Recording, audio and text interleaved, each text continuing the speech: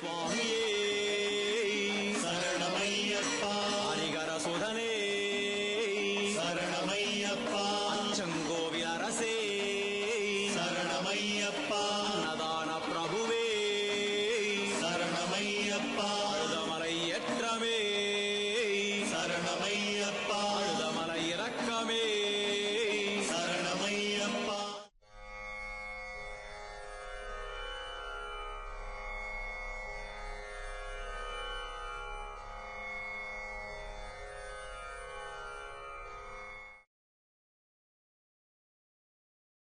ஓம் சரணோம் சரணோம் द्वापरयुगानन्द कृष्ण अवतार धर्मस्वरूपानां धर्ममहाशक्तिरूपाणां युगे युगे अवतारानन्द श्रीमन्नारायण स्वरूपाणां शरणों शरणों शबरिशास्तां शरणों नमो நமः. ஆக 29வது ஓம் சரணோம் சரணோம்னா கிருஷ்ய இஷ்ய பக்தி, கிருஷ்ய பக்தின்னு பேரு. கிருஷ்ய பக்தி பண்றவா அதே சுரூபமா ஆயிடுறாங்க. அதே சுரூபம்னா என்ன? தர்மத்தை நிலைநாட்டக்கூடியதுக்கு கிருஷ்ய பக்தி. கிருத்தாயுகத்தில் ஒரு மாதிரி தர்மம் இருந்தது. கலியிலே தர்மத்தோட சக்கரங்கள் குறைஞ்சுட்டே போறது. ஒவ்வொரு யுகத்திலையும் என்ன தேவைப்படுறதுன்னா தர்மம் தேவைப்படுறது. இந்த தர்மத்தை பகவான் மூலியமா தான் எல்லாம் அருள் செய்யணும். அந்த அருளுக்கு பேரு கிருஷ்ய பக்தின்னு பேரு. அதை எப்படி என்ற பக்கங்களை புரட்டி பார்க்கிறார்.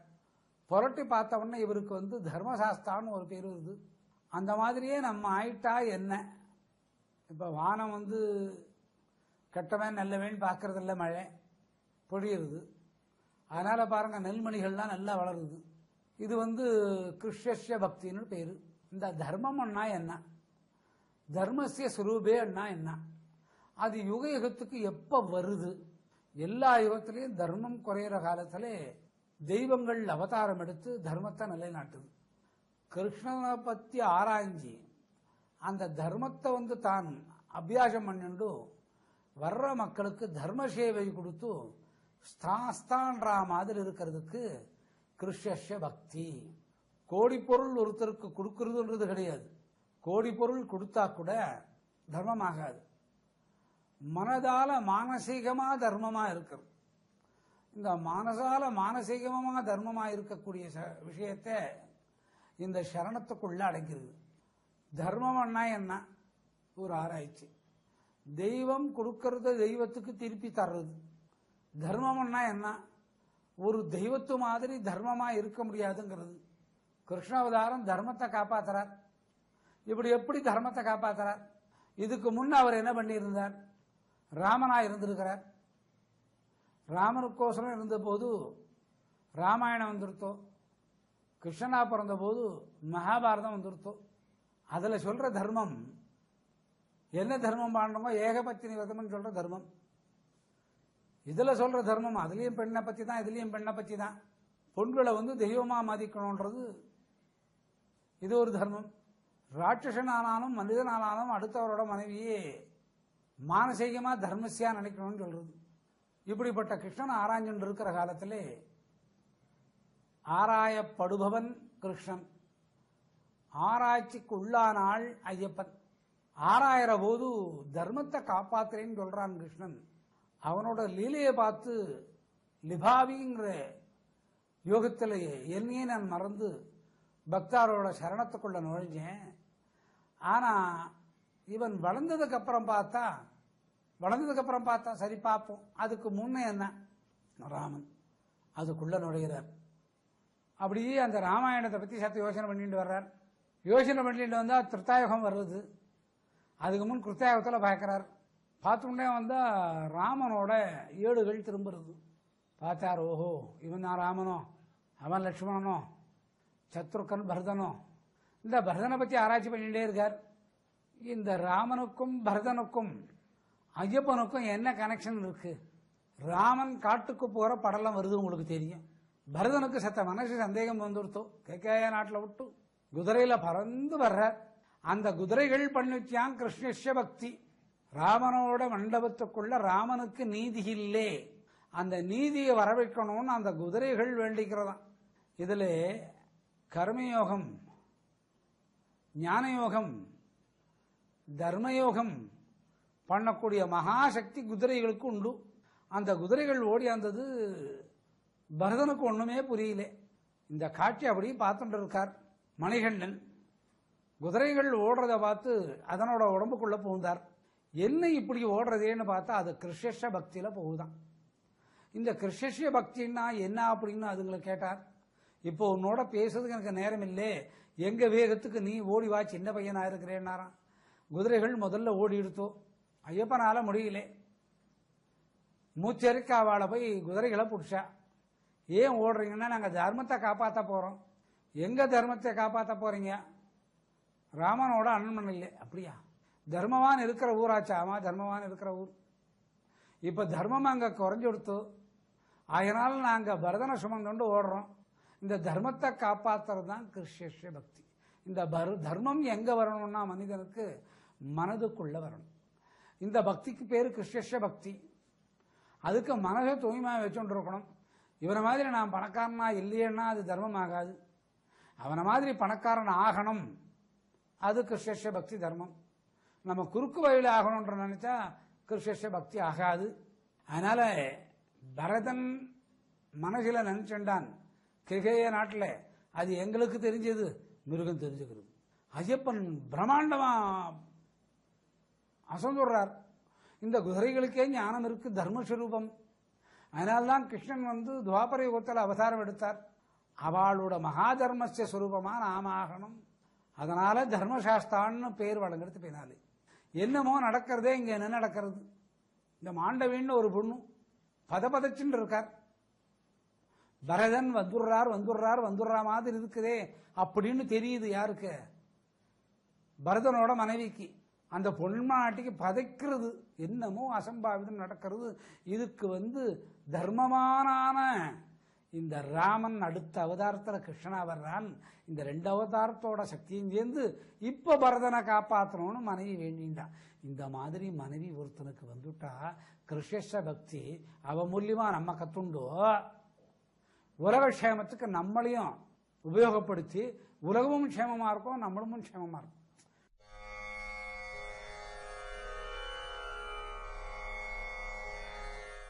அந்த குதிரைகள்லாம் வேண்டுகிறது, அந்த மாண்டவி வேண்டிக்கிறா, எங்களுக்கு பதவி வேண்டாம், பட்டம் வேண்டாம்.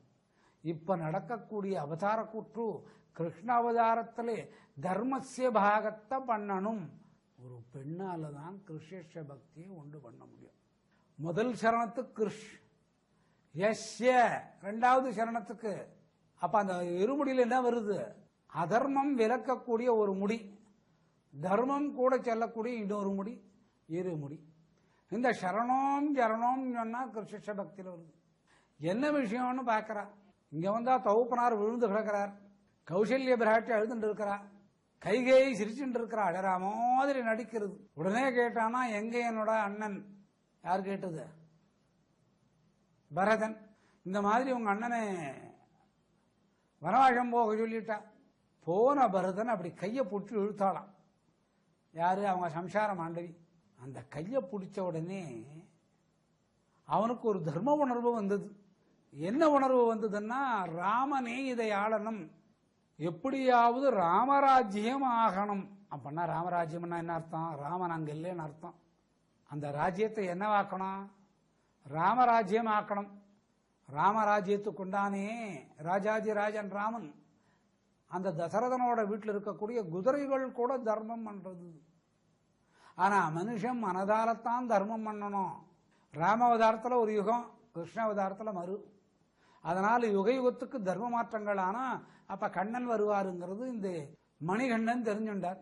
இந்த குதிரைகளை பத்தி அப்படி ஆராய்ச்சி பண்ணார். ஆஹா, இந்த மாதிரி இருந்து தான் ஜனங்களோட மானசீகமா மூளைக்குள்ள தர்மத்தை உண்டு பண்ணணும். அந்த தர்மத்தை உண்டு பண்ணிதான் அவ சொல்ற சரணத்துக்குள்ளே கிருஷ்ய இஷ்ய 2 சரணத்துக்கு 2 பக்தி. கிருஷ்ண பக்தி வர்றவனுக்கெல்லாம் கிருஷ்ண பக்தி கொடுத்தான பெறார். ஆனா அவன் 29வது ஸ்லோகத்தைப்படி அந்த கிருஷ்ண பக்தி சொல்றான்னு அவனுக்கு தெரியாது. அவன் மனைவி பதிவிரதையினால இந்த தன்மை வருது. ஒரு சரணகோஷம் சொல்லக்கூடிய பக்தனோட மனைவியால தான் இது வருது. இவனுக்கு பாதத்தில் இந்த ரேகை இருக்குது, மனைவிக்கு உள்ளங்கைகள் 2 கைகள் இருக்குது. கிரமப்படி இந்த பூஜைகள் நித்தியமா செய்ய வேண்டியது. ஐயப்ப பக்தியோட இருக்கக்கூடிய மாலை அணிந்த அவங்களோட சம்சாரங்கள்லாம் பண்ணணும். அதுவும் சிறு வயசு இருக்கக்கூடிய சம்சாரங்கள்லாம் பண்ணணும். ஏன்னா தர்மஸ்யான்ற கிருஷ்ண பக்தியில போய் சேரக்கூடிய சரணகோஷத்தோட தத்துவம் இது இருக்குது. ஐயப்பர் எல்லாம் மாலை போட்டுண்டு கோயிலில் போய் படுத்துப்பா. அவ வர்றதுக்குள்ள இவங்க சரியாகணும். யாரு? அந்த ஆத்துல இருக்கக்கூடிய பொன் குழந்தைகள். தத்துவார்த்தப்படி மேடை அரங்கேற்றத்தில் பொன்களை அழிச்சுட்டு வரல. ஆனா தர்மத்து மேடையில இந்த கிருஷ்ணாஷ்ட பக்தியை பெண்கள் தான் ஐயப்பனோட சம்சாரங்க பண்றது. இந்த மலைக்கு போறாளே ஐயப்பன் வேஷம் போட்டு போறா பாருங்க பக்தாள், அவங்க மனைவிமாருக்கு தான் இந்த மகா தத்துவம் இருக்கு. கிடைக்குமா? இது இத்தான் ஆராய்ச்சி பண்றார். ஒரு பெண் குழந்தை பரதன் கைய பற்றின உடனே அவனுக்கு கிருஷ்ண பக்தி வந்து தர்மத்தை ராம ராஜ்யம் காப்பாற்றணும். ராமன் இல்லைங்கோ, ராமன் ஆளப்போற ஆளக்கூடிய ராஜ்யத்தை காப்பாற்றணும். அதுக்கு ராமராஜ்யம்னு பெயர். அதுக்கு நம்ம வழி நடக்கணும்னு பரதனுக்கு கோபம் குறையறதான். அதுக்கு கிருஷ்ண பக்தி. இந்த மணிகண்டன் இதை ஆராய்ச்சி பண்ணதுனாலே கிருஷ்ணன் வளர்ந்த பிராயமும் பிருந்தாவனம் மதுராவோட தத்துவங்கள் ஆராய்ச்சி பண்ண ஆரம்பிக்கிறார். ஆனா இது ஆராய்ச்சியில கொஞ்சம் தடுமாட்டம் வந்த உடனே கிருதாயுக காலத்தில் ஆராய்ச்சி பண்றார். ராமனோட அவதாரத்தையும் ஆராய்ச்சி பண்றார். அப்ப அந்த யுகத்தில் எப்படி இருந்தார், இந்த யுகத்தில் எப்படி வந்திருக்கார், அடுத்த யுகத்தில் தர்ம பத்தினியா இருந்து கிரிமேல வெங்கடாச்சலபதியா இருக்கார். அப்படிங்கிறது இந்த குழந்தை மணிகண்டன் கண்டுபிடிக்கிறார். இதே மாதிரி மனுஷாளுக்கு தர்மத்தை மனசுக்குள்ள போதிக்கணும். அந்த மலைக்கு போனவொடனே கிருஷ்ணன்ற தர்ம வினோதமான சரண கோஷம் அங்கிருந்து வரும், நம்ம வாயிலிருந்து வரும்.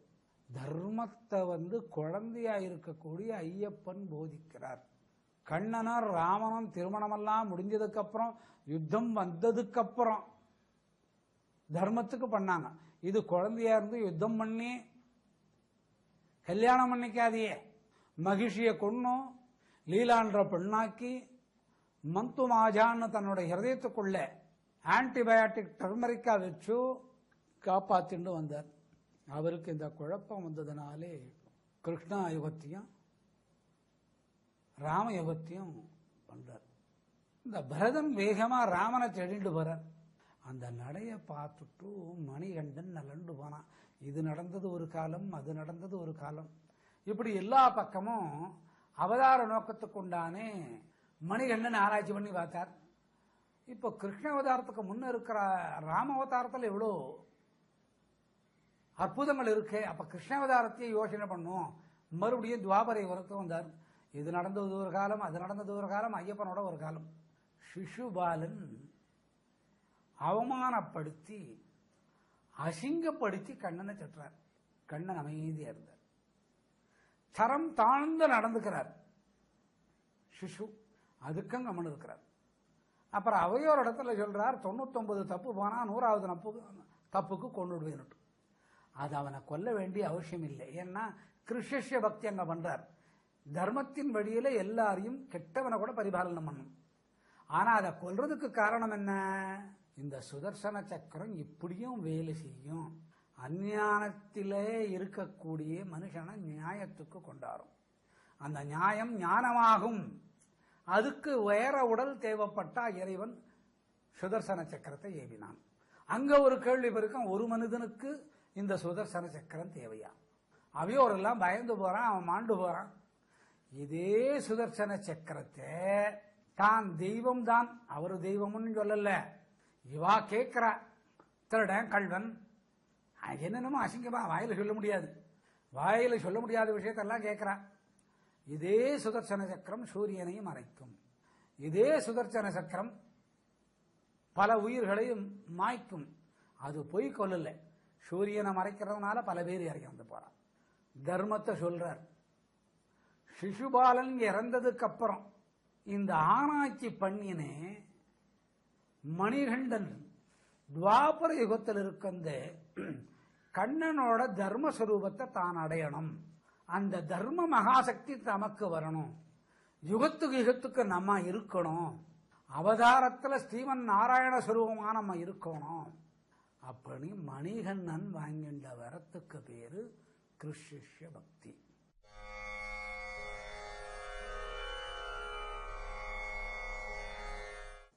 இந்த பக்தி நீங்க போட்டுக்கக்கூடிய துளசி மாலையில் இருக்கு. அந்த தர்மம் கிருஷ்ய பக்தி. இந்த சுதர்சனாதி சக்கரத்தை ஏன் இப்ப பிரயோகம் பண்ணார்? இதே சக்கரத்தை ஏன் பிரயோகம் பண்ண மாட்டேன், நான் ஆயுதம் எடுக்க மாட்டேன் அப்படின்னு சொல்றாரு.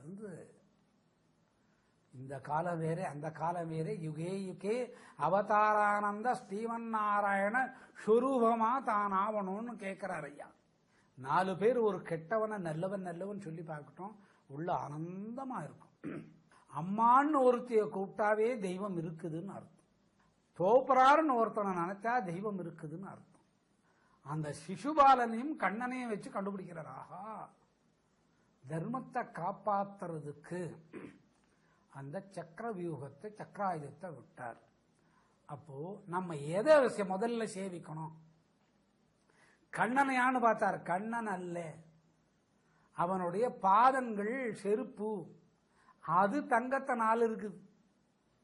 அது ஏன் தங்கத்தினால் இருக்குது? லட்சுமியோட செருபம் பாதுகை, அதனால தங்கம். அதை பார்த்து வேண்டிக்கணும்னு தெரிஞ்சது யாருக்கு? சிசுபாலன் இறந்ததுக்கு அப்புறம் அந்த ஆத்மா சொல்றது. தர்மத்தை நிலைநாட்டக்கூடிய ஒரு சக்தி அந்த ஐயப்பன் சன்னிதானத்தில் 18 மலை படி இல்லே, மலை தான் இப்ப படியா வச்சுருக்கள். அதுக்கு அவ்வளவு சக்தி, கிரணசக்தி, கிராந்த சக்தியா, காந்தமலை ஸ்வரூபாம் சொல்லுவா. ஒவ்வொரு பொண்களோட இதையும் தங்கத்தினால போடப்பட்ட வேலி. அதனால்தான் இந்து தர்மத்துல பாருங்க, பதிவிரதா தர்மம், அப்படி ஒரு தர்மத்தை கடைப்பிடிக்கக்கூடிய இந்திய நாடு. அதனால்தான் கீதை இப்படி வளருது. அந்த கீதையோட அத்தனை சாரமும் 18 மலை, 18 நாள் மகாபாரதம், 18 நாள் யுத்தம், 18 யோகம் சொல்லி இருக்கிறாரு.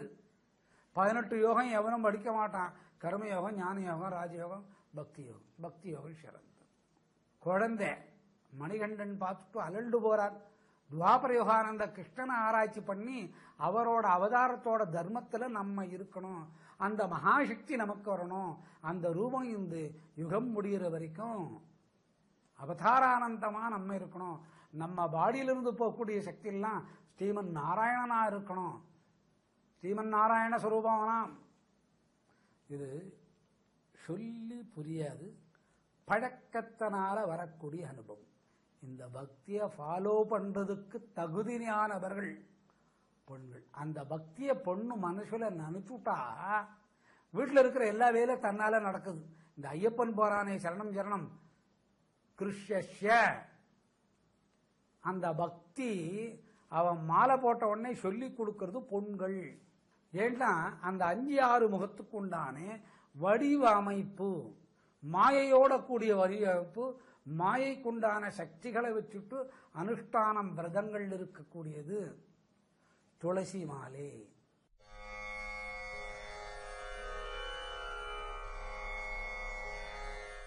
மனநோய் போகுது, தர்ம சிந்தனை வளருது, ஞானம் வருது, ருத்ராட்சத்தோட அனுகிரகம் வருது, சிவகலை கூடுது, பத்மகலை பெருகுது. சிவனோட ஆட்சி. பத்மகலையானா கல்வி, பணம், செல்வாக்கு.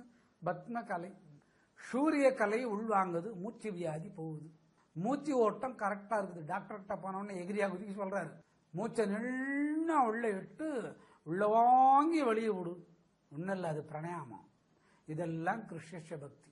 நாக்கில் வர்ற நோய்கள் போகுது, மூச்சால வர்ற நோய்கள். சிலர் மூச்சு விட்டான்னா அந்த தூசில புழு எல்லாம் வரும். இந்த மூச்சு காத்தால மற்றவங்களுக்கு வியாதியை உண்டு பண்றது. அந்த நோய் தீரும். உடம்புல இருந்து வேர்வை துர்நாற்றமா சிலருக்கு வரும். அந்த வேர்வை நோய் போகும். கழுத்துக்குள்ள கொழுப்படப்பு இருக்கும். அந்த நெஞ்சுக்குள்ள இருக்கக்கூடிய கொழுப்பு தன்மை போகும். நெருப்புல அடிபட்டு ஆறாத நோய்கள் போகும். கத்தில அடிபட்டு ஆறாத நோய் போகும். சுகரால வந்த பாதிப்பு கைவற்றது கால் வெட்டுறது போகும். என்ன ஆனந்தமான நிலை பார்த்தீங்களா? இது இருக்க வேண்டாங்க, சும்மா நம்ம அனுபவத்தில் பார்ப்போம். இதெல்லாம் பொய்யன்னு வைப்போம், அனுபவத்தில் பார்ப்போம். 1000 பிரசவம் பார்க்குறாரு ஒரு டாக்டர், எல்லாம் குழந்தையாவே கண்ணுக்கு தெரியும். Patient, labour pain, birth child.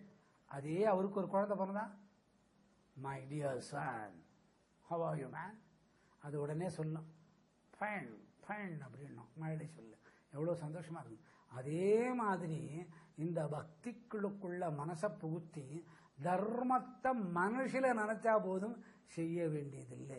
அந்த தர்மம் நிலையா நிற்கிறதுக்கு பேரு கிருஷ்ண பக்தி.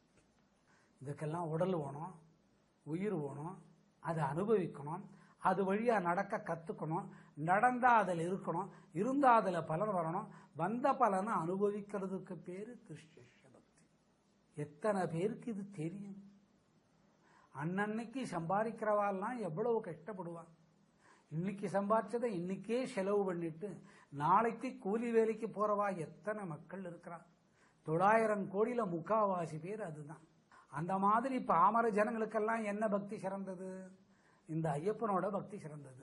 கிடைக்குமா? இது அனுபவத்தில் அனுபவிச்சு பார்க்கணும். ஒரு மருத்துவர் தான் குழந்தை பிறந்தா தன்னோட குழந்தைய எப்படி ஆலிங்கனம் பண்ணி சேர்த்து மை டியர்சன் கட்டிக்கிறாளோ அந்த மாதிரி கட்டிண்டாதான் தெரியும். நம்ம பார்க்குற பாகுபாடு என்ன? மாட்டு பையனுக்கும் தன் பையனுக்கும் பார்க்குற பாகுபாடு. தான் பார்க்குற பாகுபாடு என்ன? மருமகளுக்கும் பெத்த மகளுக்கும். அதை விட்டுட்டு தர்மத்தை வச்சு பாருங்க, ஆனந்தலயமா இருக்கும். ஆனந்தலயம் மனசுக்கு வரும். அப்படியே அனுபவிச்சு பாருங்க. பாருங்க, ராவணனால மோட்சம் யாருக்கு? மாரிசனுக்கு. மாரிசன் யாரை சேவிச்சான்? ராமனை சேவிச்சான். அந்த ராமன் தான் பின்னால வந்து கிருஷ்ணனா வந்தான். ஒரு யுகத்துக்கு யுகம் மாறின விஷயத்தை ஆராய்ச்சி பண்ணி கண்டுபிடிச்சவர் தான் இந்த பந்தள தேசத்து ராஜா சக்கரவர்த்தியோட வளர்ப்பு மகன். வளர்ப்பு மகன் சொல்றதுனால அவர் பெருமைப்பட்டுக்கிறார். பாருங்க, இதுதான் இந்த சரணத்துல தர்ம ஸ்வரூபன சாஸ்திரா. தர்மத்தை யுகத்துக்கு யுகத்துக்கு சொல்லக்கூடிய தெய்வம். இந்த நிலைகளுக்கெல்லாம் கிருஷ்ண பக்தி. இது 29வது பக்தியில வருது. இப்ப இதுவரைக்கும் நம்ம பார்த்தது 29 பக்திகளை பார்த்தோம். அடுத்து இப்ப நம்ம 30வது பக்திக்கு போக போறோம். சத்த நின்று பார்த்து போவோம்.